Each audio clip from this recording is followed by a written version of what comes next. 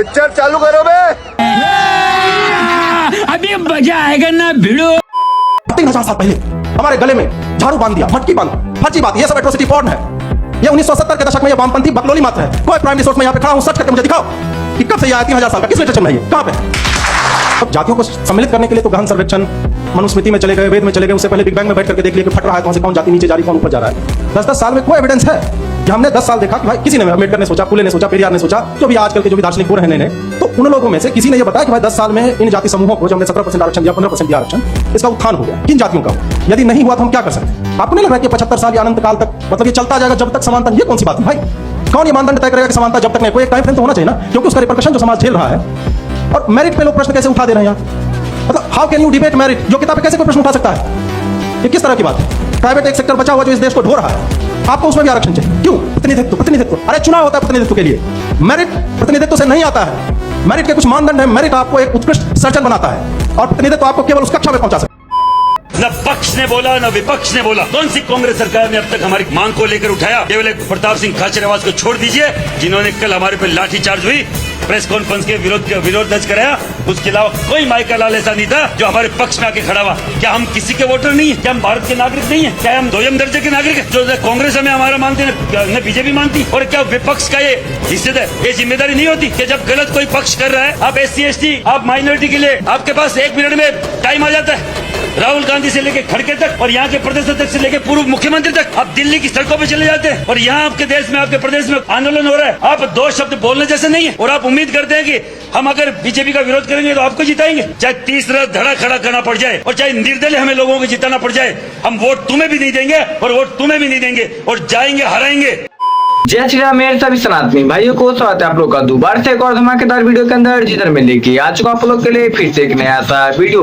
तो जो भी भाई लोग चैनल पर पहली बार आए हैं तो वीडियो को एक लाइक करके चैनल को सब्सक्राइब करना और कमेंट में जय श्री राम का नारा भी लगा देना, क्योंकि हम लोग वीडियो को स्टार्ट भी जय श्री राम के नारे के साथ करते हैं। तो चलिए वीडियो स्टार्ट करते हैं। और हाँ, जो भी आप लोग को बेस्ट पार्ट लगे वीडियो में वो कमेंट जरूर से करना। मिलते हैं वीडियो की लास्ट में, तब तक के लिए बाय बाय, जय श्री राम।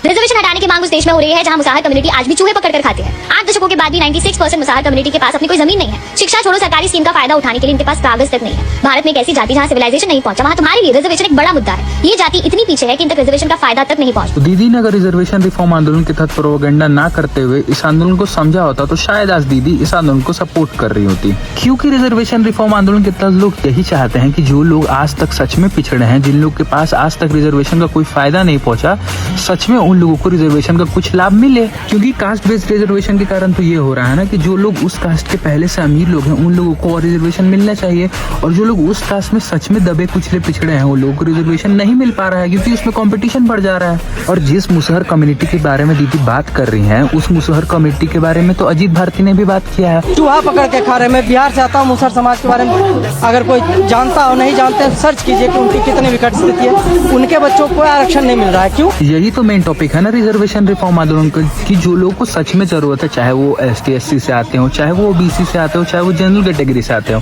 उन लोगों को रिजर्वेशन मिलना चाहिए। तो एट द एंड मैं बस इतना कहना चाहूँगा कि अगर आप सच में कंसर्न हो उन लोगों के लिए जो आज भी पिछड़े हैं, तो आप लोगों को तो रिजर्वेशन आंदोलन को सपोर्ट करना चाहिए, ना कि प्रोपेगेंडा फैलाना चाहिए। रिजर्वेशन हटाओ, UGC रोल बैक, जय भीम जय संविधान। क्या नेताजी, क्या हो रहा है? रिजर्वेशन हटाओ, UGC रोल बैक, जय भीम जय संविधान। अरे आप लोगों को 3000 साल तक पानी नहीं पीने दिया गया। अच्छा, तो हम लोग क्या अमृत पी के इतने साल से जिंदा हैं? शिक्षा भी तो नहीं लेने दी गई। अरे भाई, तो 100 साल पहले लगभग अम्बेडकर जी कैसे पढ़ लिख के इतने आदमी बन गए बड़े, बताइए। अरे तो आप लोग को रिजर्वेशन से फायदा तो है। इससे हमारी जाति के सिर्फ उन लोगों को फायदा है जिनको रिजर्वेशन की जरूरत तक नहीं है। और बाबा साहब ने कभी भी नौकरी में रिजर्वेशन नहीं मांगा, उन्होंने सिर्फ पढ़ाई के लिए बताया था। अच्छा, सिर्फ शिक्षा में चाहिए आपको? बिल्कुल। अरे लेकिन ये जो आप बोल रहे हैं इससे आपके समाज के लोग नाराज हो सकते हैं, आप नेतागिरी भी करते हैं।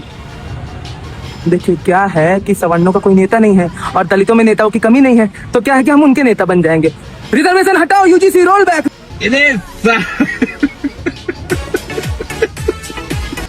जैसे कि हम सब जानते हैं कि आपको बहुत बार हाउस अरेस्ट किया गया है, फिर इस बार कैसे प्रदर्शन तक पहुंच गए?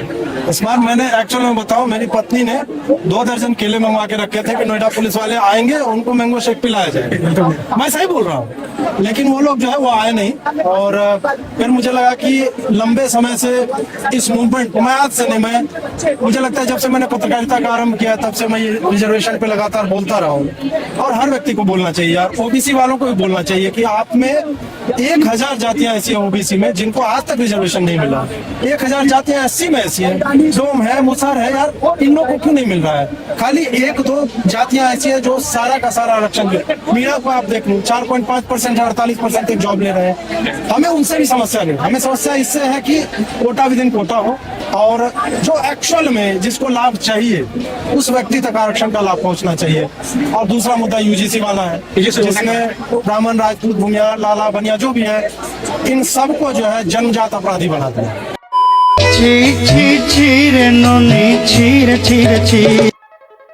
ये कहती है कि मैं हिंदू खुद को नहीं मानती। हिंदू समाज से नहीं, दलित समाज से आती हूँ मैं। तो फिर हिंदुओं का त्योहार क्यों सेलिब्रेट कर रही हो बहन? ये रक्षाबंधन हिंदुओं का त्योहार है, सनातनियों का।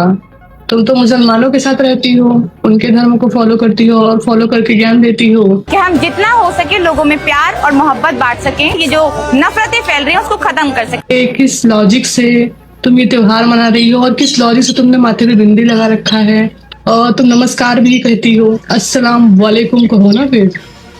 जय श्री राम दोस्तों, मैं प्रिंसी तिवारी। मैं बस इतना जानना चाहती हूँ कि जिन लोगों के पास सब कुछ है, धन दौलत शोहरत सब कुछ, उनको आरक्षण जैसी चीज की क्या आवश्यकता है? पहले के जमाने में भले ही वर्ग अनुसार हम बटे हुए थे, तब आरक्षण की आवश्यकता उन पिछड़े लोगों की थी जिन तक शिक्षाएं नहीं पहुंच पा रही थी। लेकिन आज 70-80 साल बाद ऐसा लगता है कि आरक्षण उन लोगों को जरूरत है जिनके पास पैसा नहीं है, यानी गरीब लोगों को जरूरत है जो इन चीजों से वंचित रह गए हैं। क्योंकि आज की होड़ तो पैसों की है ना। जो अमीर, उसको आरक्षण की कोई आवश्यकता नहीं है, वो सब कुछ अफोर्ड कर सकता है, वो शिक्षा अफोर्ड कर सकता है, वो सब कुछ पा सकता है। और दिमाग तो हम सभी लोगों को भगवान ने एक ही दिया है ना। ऐसा तो है नहीं कि बुद्धि भगवान ने सवर्णों में अलग डाल दी है और दलितों में अलग डाल दी है, या फिर वो ये चीज मान ले, और ऐसा तो है नहीं। और यदि नहीं है तो अंतर सिर्फ अमीरी गरीबी का ही है। तो जो भी लोग योजनाओं से वंचित हैं उनको आरक्षण मिलना चाहिए, जो लोग आरक्षण के लायक नहीं हैं उनको आरक्षण नहीं मिलना चाहिए। अंततः मैं यही कहूंगी कि बैसाखी कोई भी अच्छा खासा चल लेने वाला इंसान नहीं इस्तेमाल करता है, बैसाखी हमेशा अपाहिज ही इस्तेमाल करता है। भैया है यार, आरक्षण हटाओ आंदोलन चल रहा है, जाति ही हटा दो ना। जाति ना जाति होगी ना आरक्षण होगा, ना हमें कुछ बेनिफिट्स मिलेंगे ना आपको मिलेंगे, है ना। जाति ही हटा दो। नहीं नहीं नहीं नहीं भाई, जाति नहीं हट। कैसे बताएंगे कि आप शूद्र है, दलित है, नीच जात है? कैसे दिखाएंगे कि हम उच्च कोटि के ब्राह्मण हैं? हम कुछ फर्क नहीं पड़ता, पर आरक्षण हटाओ। आज जो इनके बच्चे पढ़ रहे हैं, लिख रहे हैं आरक्षण के वजह से, क्यों पढ़ रहे हैं? क्यों बढ़ रहे? ठीक है दीदी, हम आपकी बात से बिल्कुल सहमत है, कास्टिज्म को खत्म करना चाहिए। लेकिन आप बताइए कि कास्ट सर्टिफिकेट बनवाता कौन है? और आप तो वही है ना जो अपने कास्ट सर्टिफिकेट में हिंदू दलित भरती है और उसके बाद आके बोलती है कि मैं हिंदू नहीं हूँ, मैं तो बस दलित हूँ। वो बात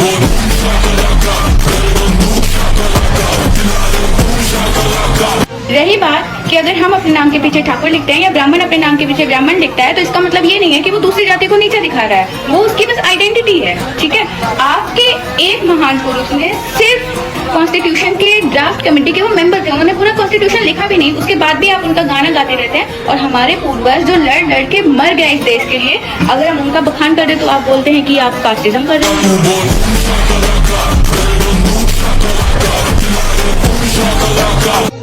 एंड लास्ट जो बोल रहे हैं कि रिजर्वेशन लेके हम लोग पढ़ रहे हैं तो इन लोगों को दिक्कत हो रही है कि हम लोग आगे कैसे निकल रहे हैं, तो पहली बात तो करेक्ट करने की जरूरत है आपको कि रिजर्वेशन पढ़ने के लिए नहीं है, रिजर्वेशन उन लोग के लिए जो लोग पढ़ ही नहीं रहे हैं।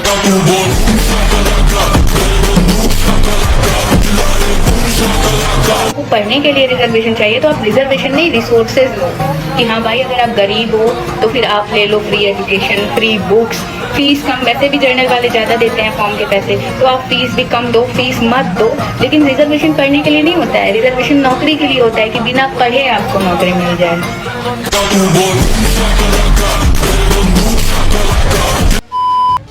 हमारे बाप ने बनाया संविधान, तुम्हें इस पर चलना पड़ेगा।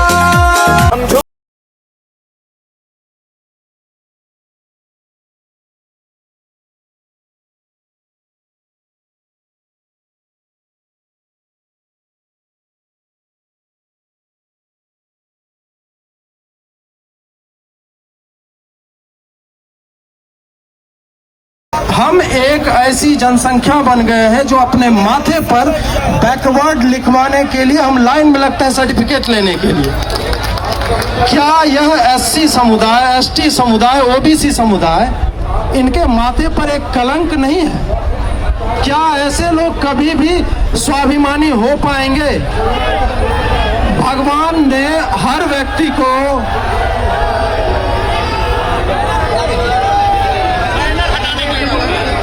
बैनर क्यों हटेगा? बैनर में कौन सी हिंसक बात लिखी हुई है?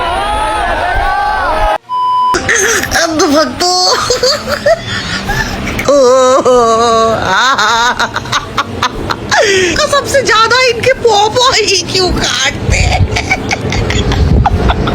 दीदी, अगर आप प्रधानमंत्री जी के ईद विश करने पर इतना उछल रही हैं, तो आपके नॉलेज के लिए मैं बता दूं, नरेंद्र दामोदर दास मोदी जी किसी पार्टी के नेता नहीं है। वो 140 करोड़ हिंदुस्तानियों के प्रधानमंत्री हैं और उन्होंने कभी भी भेदभाव नहीं किया है। उन्होंने हमेशा बोला है मेरे 140 करोड़ देशवासियों, और सबसे ज्यादा उन्होंने मुस्लिमों के लिए स्कीम बनाई है, हिंदुओं से ज्यादा, जिसमें मुस्लिमों को बहुत फायदा हुआ है। तो कृपया करके अपने पास रखे और हिंदू मुस्लिम का गेम ना खेले। हाँ, तो चमचों की देवी, जब तुम्हारे राजकुमार पप्पू मुसलमानों की संतुष्टि के लिए राजनीति करते हैं और बीच में मंदिर भी जाते रहते हैं, वो तो देखा होगा, तब नहीं बोलती आप, तब आपकी सुलग जाती है, आपकी जल जाती है। वो लोग जो खुद को ऑपोजिशन के नेता कहते हैं, लिबरल कहते हैं, डेमोक्रेसी का चैंपियन कहते हैं, कुछ ही साल पहले उन्होंने ही इस डेमोक्रेसी को छलनी किया है। तो but we will still stand with them as long as they standing against the BJP and this fascist regime, because we understand our historic responsibility at this point of time. दुश्मन का दुश्मन दोस्त, दुश्मन का दुश्मन दोस्त नहीं, इस दुश्मन का दुश्मन दोस्त। अच्छा, इस दुश्मन का दुश्मन दोस्त, तो भाजपा का दुश्मन दोस्त। सुन लिया नेहा वामपंथन की सच्चाई।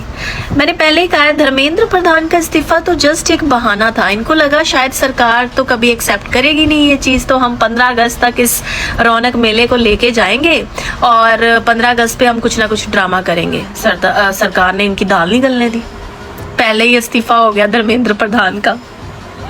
और अब देखिए, अब भी ये कोई रियल मुद्दों पे काम नहीं करना है, बस बीजेपी हटाओ, बीजेपी हटाओ। वो समझ नहीं आ रहा, उधर से जो वोटर है वो सारे वोट करते जा रहे हैं बीजेपी के लिए, और ये हर उस बंदे के साथ है। उन्होंने अपनी उसमें ही बोल दिया कि मैं हर उस बंदे के साथ हूँ जो बीजेपी को इस टाइम पे अपोज कर रहा है। बस, तो वे सारी पार्टियां कर रही हैं, उनमें ये भी हैं कुछ कॉकरोच।